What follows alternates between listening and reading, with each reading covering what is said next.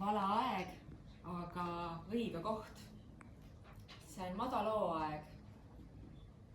Kohtla-Nõmme kaevandusmuuseum ja ma olen plaaninud, et ma lähen Inga Lunge elamusõhtut kuulama, vaatama ja mul on vaba hetk. See on 3 tunni kaugusel minu kodust, jõuan ma kohale, pargin auto ära. Tegin pikema peatuse, seega ma jõuan pool tundi varem. No, vaatab täitsa okei ju. No, ma jõuan riided ära võtta, kohvi võtta ja tulen autost välja, liigun ukse poole, hakkan kätt sirutama ukse lingile ja teisel pool naisterahvas seisab ja ma näen, et ta keerab ukse kinni. Siis ma tardun ja mõtlen, et oot, mida see tähendab? Mis mõttes? Ja siis ma mõtlen ka, et õige, et parkla on suht tühi, ainult seal 2-3 autot. Et mis nüüd toimub?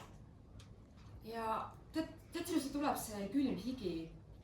Samas sa tunned, et kas see on nagu päris elu või unenägu, et kõik see mitmed mõtted korraga peas. Ja seisan ja vaatan ja mõtlengi, no kas see ongi nüüd unenägu või? Ma pean näpistama ennast. Ja siis see naine kaob ära, ta ignoreerib mind, tal on paha tuju või tal kiire, ma ei tea. Ja jäängi seisma, siis mul tekib taipamine, et oota, korra vaatan telefonist piletilevi. Ja siis ma saan aru, et ma olen 2 päeva varem jõudnud õigesse kohta, et elamusõhtut vaadata, kuulata. Aga õnneks mul vist on aega. Ehk siis hakkab vihma sadama. Kas see puhastab või on järgmine error? Jah, ja siis tulebki välja, et teatrietendus toimub 2 päeva pärast. Ja nii ma siis mõtlen, et kas sõita koju või veeta üks mõnus minipuhkus Kohtla-Nõmmel. Aga siis jällegi mõtled, et kust ma selle majutuse siis leiaks. Ja siis tuleb meelde, et aga on ju internet, aga levi ei ole, internet on aeglane.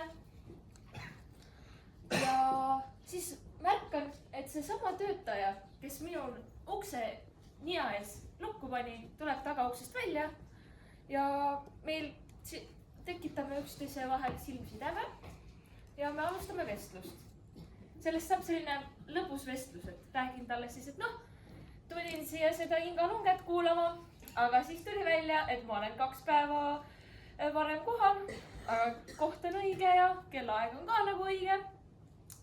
Ja siis mõlemad siis naerdes jõuame selleni, et tegemist on õnneks kohalikuga, kes teab ööbimiskohti ja teda soovitab ühe väga mõnusa koha. Ja see koht on mere ääres. Seal on päikeseloojang, õnneks on tuulevaikne.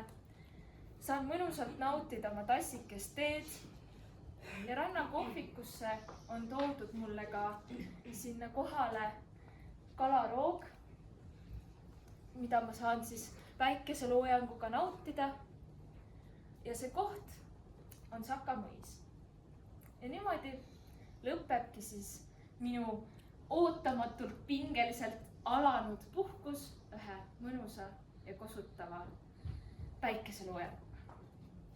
Niimoodi võib siis segamini ajada see märtsikuine kella keeramine, kus sa tormad töölt kiiresti ja juhtudki valel ajal õigesse kohta.